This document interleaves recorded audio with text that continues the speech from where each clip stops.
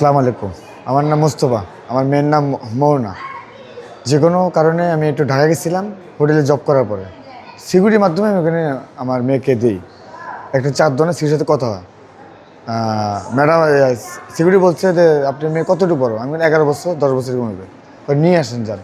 আমি পরের দিন নিয়ে আসছি। নিয়ে আসার পরে সিকিউরিটির সাথে কথা বললাম। সিকিউরিটি বলতেছে আমার ম্যাডাম কিন্তু খুব ভালো মানুষ, ওর মতো মানুষ হয় না। ঠিক আছে, বাচ্চা আমি দিয়েছি, শুধু বাচ্চা, ওনার একটা বাচ্চা আছে, বাচ্চা খেলে ধুলা করবে, এই জন্যে বাচ্চা দেওয়া আমার। কোনো কাপড় ধোয়া না, কোনো ঝাড়ু দেওয়া না, কোনো বিছনা করছে না, সেই কাজের জন্য মেয়েকে আমি দিইনি। বিস্তারিত অনেক দিন আমার মেয়েকে জ্বালাইছে ম্যাডাম। আমার কোনো মাসিক স্যালারিও আমি কিন্তু বলিনি, কোনো স্যালারি দিতে হবে আমাকে। ম্যাডাম বলছে আপনি কী চান?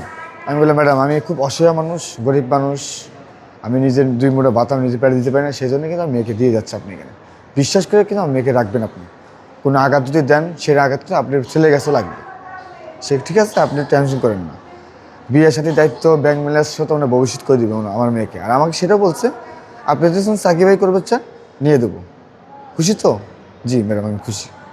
এই বন্ধু কথা কয়ে মেয়েকে আমি থিয়া আসছি। জাস্ট 1 মাস পর ফোন দিয়েছি আমি। ম্যাডাম কিন্তু বলছিল 1 সপ্তাহ ফোন দিয়েছিল, ম্যাডাম বলছে আপনি ঘন ফোন দেবেন না, তাহলে মেয়ে থাকবে না।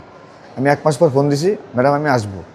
আপনি এখন আসেন না, মাস শেষে একবারে 10-12 তারিখে আসেন, আমি কিছু টাকা দিয়ে দেবো, ওই টাকাতে আপনি কিছু খাইতে পারবেন। জাস্ট আমি ওই টাইমে আসছি। ম্যাডাম আমগুলো সময় দিয়েছে সর্বোচ্চ 10 মিনিট। 10 মিনিটে উনি আমার সাথে কথাবার্তা ক্লিয়ার করে মেয়েকে নিয়ে চলে গেছে। টাকা দিয়েছে মাত্র 2000। আমি টাকাটা গরম করি না, তাও সিকিউরিটি বলছে নেন, সমস্যা নেই। ম্যাডাম খুব ভালো মানুষ, 1 বছর হয়ে গেলে আপনারা চাকরি দিবে, আবার কিছু টাকা দিবে ব্যবসা করার জন্য। ঠিক আছে ম্যাডাম।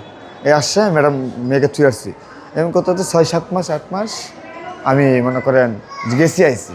খুব ভালো মানুষ, পিছেতে অত্যাচার করছে মেয়ের, এগুলো তো আমি খুলে আমি দেখবো না কিছু। আমি জানি মেয়ে আমার সুস্থ আছে, ভালো আছে।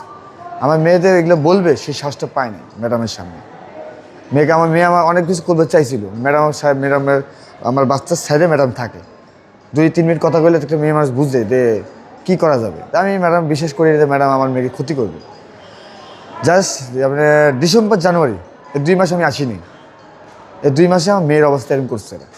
ম্যাডাম নিজে আমার ফোন দিয়ে বলছে আপনি মেয়েকে নিয়ে যান, খুব জ্বালা যন্ত্রণা করে আমাকে। আমি বললাম ম্যাডাম আপনি এতদিন বলেন আজকে হঠাৎ কি বলতেছে, কারণটা কি? কয় আপনি মেয়ে আমার খুব জ্বালা যন্ত্র করে। ঠিক আছে আমি আসছি, উনি ফোন দিয়েছে 30 তারিখ, আমি 31 তারিখ সকালে আসছি মেয়েকে রিসিভ করার জন্য। উনি শপিংয়ে গেছে মার্কেট করার জন্য। সেই সাথে কথা বললাম, আপনি বসেন, আপনি আসবেন আমি জানি। ঠিক আছে, বসতে থাকতে থাকতে 2 ঘন্টা পর ম্যাডাম আসছে। আসার পরে আমাকে দেখছে, দেখার পর ডাইরেক্ট 6 তালে উঠছে। প্রায় 2 ঘন্টা পর নামছে সন্ধ্যার পরে, যে মেয়েকে আমি নিয়ে যাব, আশেপাশে কেউ না দেখে এই অবস্থা। যেসব মেয়ে নামায় নিছে, সাদা গাছ একটা সাইন নিয়েছে আমার মেয়ে নামার আগে। ম্যাডাম আগে একলা আসছিল, সাইন নিয়ে গেছে। বাচ্চা সব নিয়ে আসছে, কোথার কসম আমি এই সময় দাঁড়িয়ে থাকতে পারি না। বাচ্চা তো পড়ে গেছে, আমি পড়ে গেছি মাথা করে এখানে। ম্যাডাম বলতেছে এগুলো, হ্যাঁ বলছি না, সেম সাইন দিয়ে সময় আমি জিজ্ঞেস করিনি। আপনি বলছে যে আপনি বাচ্চা সুস্থ অবস্থা পাইছেন কি না, সেই জন্য সাইন নিচ্ছি আমি। আমি তো বাচ্চা দেখিনি, আপনি বাচ্চা আসবে সমস্যা, আমি সাইন দেন। এই সময় আমার আমি কেউ নাই বর্তমানে আশেপাশে। হ্যাঁ আসার পর সাইন, ভালো কথা, ঠিক আছে। তো উনি বাচ্চায় আমাকে বলতে আছে আপনি বাচ্চা বাথরুমে পড়ে যায়, এগুলো হয়েছে।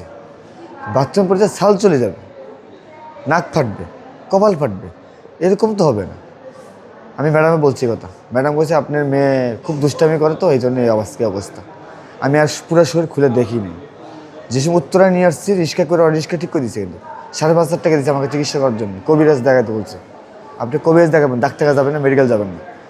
আমি দয়া করে আল্লাহ কি কালাম, আপনার সাংবাদিক আমাকে হেল্প করছে উত্তরায়।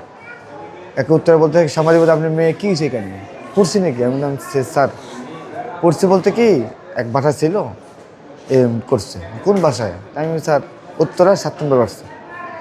ঠিক আছে আমি একটু আপনার কথা বলতে পারি, ভিডিও করুন। হ্যাঁ সমস্যা নেই। পরে খুলে দেখি এই অবস্থা মেয়ের, পুরো শরীর। ওনার মাধ্যমে আর 10 জন সাংবাদিক আমার কাছে আগে আসছে। ওই রাতে আমার যে ছবি মেয়ের সব জায়গায় ছাড়িয়ে দিচ্ছে। আমি বাসে উঠলেও আমাকে বলে এই যে মেয়ের বাপ, যেখানে যায় সেখানে কয় এই যে মেয়ের বাপ। যে ফেসবুকে ছবি দেখছে বলে, আর ফেসবুকে আমার নাম্বার দিয়ে দিচ্ছে, যেই দেখে সেই ফোন দেয়, ভাই আপনার মেয়ের কী লাগেন বাবা। ইস, সবাই আফসোস করছে। যেদিনকে মেডিকেল গ্রেপ্তার করে 31 তারিখ, মেডিকেল থেকে যাই আমি রিপোর্ট নিয়ে থানায় গেছি। যেদিন গ্রেপ্তার করে সেদিনকে ফোন দিয়েছে 500 বার রাত্রেবেলা। আমি তো ফোন ধরিনি, আমি ঘুমাই গেছি, জার্নির শরীর। সকালবেলা থানা থেকে ফোন আসছে, আপনার আসামি গ্রেপ্তার হয়েছে। আমি দ্রুত থানায় আসি। থানায় গেছি, বাইরে ছিলাম।